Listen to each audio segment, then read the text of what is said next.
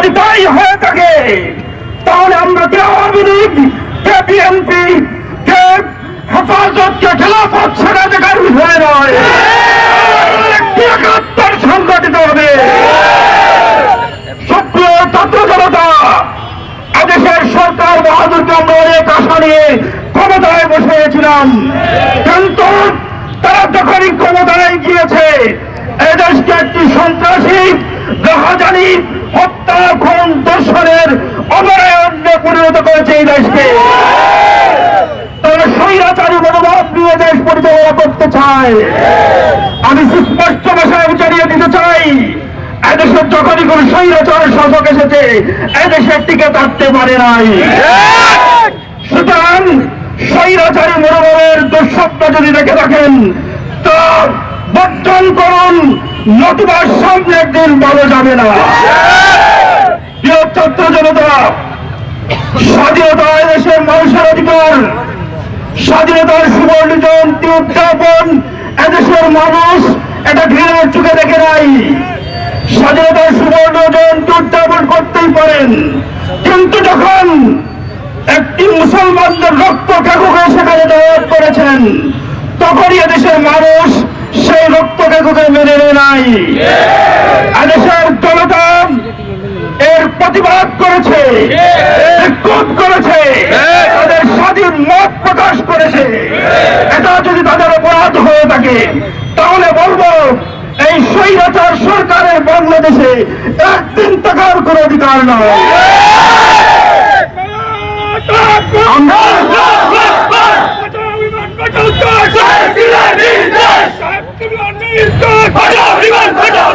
আমরা রাষ্ট্রীয় অতিথিকে সম্মান করি, কিন্তু আপনারা জনগণের বৃহৎ একটি অংশের ম্যান্ডেটকে তাদের মতামতকে উপেক্ষা করে যে স্বৈরাচারী মনোভাবের পরিস্ফুটন ঘটিয়েছেন, সেটা এদেশের আবার বিদ্যমানকে জাগিয়ে তুলেছে।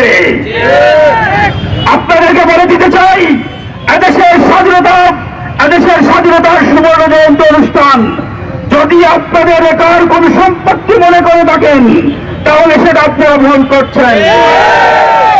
এদেশের স্বাধীনতার জন্য, এদেশকে মুক্ত করবার জন্য, এদেশের ৫৬,০০০ বর্গমাইলকে মুক্ত করার জন্য এদেশের ছাত্র শিক্ষক, এদেশের ইমাম মুয়াজ্জিন, এদেশের আলিম উলামা, এদেশের লেখক সাংবাদিক, এদেশের কৃষক যারা এদেশের আমল বিদ্যমানিত যুদ্ধে অংশগ্রহণ করেছিল, তাদের আত্মত্যাগের বিনিময়ে আমরা এই লাল সবুজের বাংলাদেশ পেয়েছি।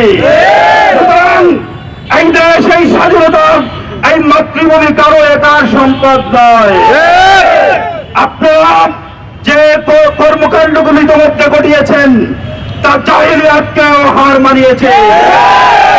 আমরা জাহিলিয়াতি সরকার চাই না, যে সরকারের বিনিময়ে দেশের নাগরিক অধিকার নিশ্চিত হবে, যে সরকারের মাধ্যমে দেশের মানুষের মতামত ব্যক্ত করতে পারবে, আমরা সেরকম সরকার চাই।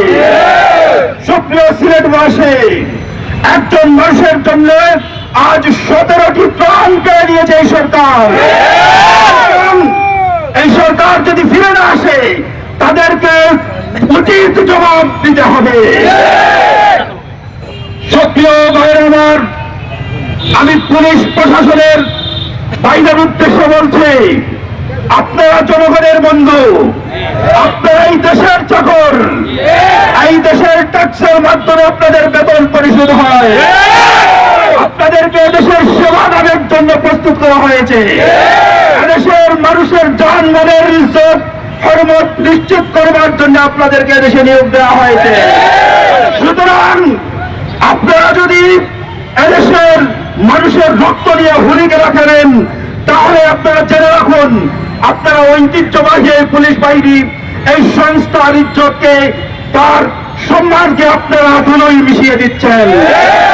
সুতরাং আপনাদেরকে যত আহ্বান জানাবো, আপনারা মানবিক দৃষ্টিভাবাপন্ন হয়ে এদেশের নাগরিকের বন্ধুপ্রীতম মনোভাবাপন্ন হয়ে এদেশের মানুষের পক্ষে কাজ করুন।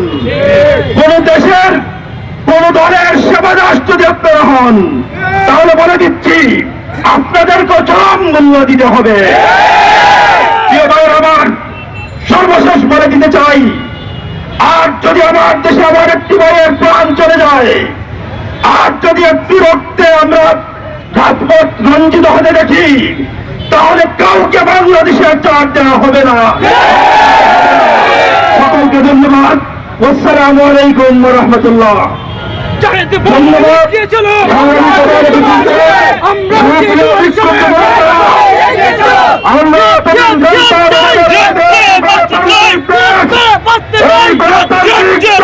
আপনারা গণতন্ত্রের কথা বলে কিভাবে রাজতন্ত্র কায়েম করার প্রচেষ্টা চালাচ্ছেন, আপনাদেরকে জানিয়ে দিতে চাই যে গুন্ডা বাহিনীরা, সন্ত্রাস বাহিনীরা মুসলমানের উপর আক্রমণ করেছে, কোন মুসলমান যেন তারা মারা গেলে চালাতে পারে না। মুবারকবাদ জানিয়ে আজকের এই সিলেট জেলা এবং মহানগর তালামিজের পক্ষ থেকে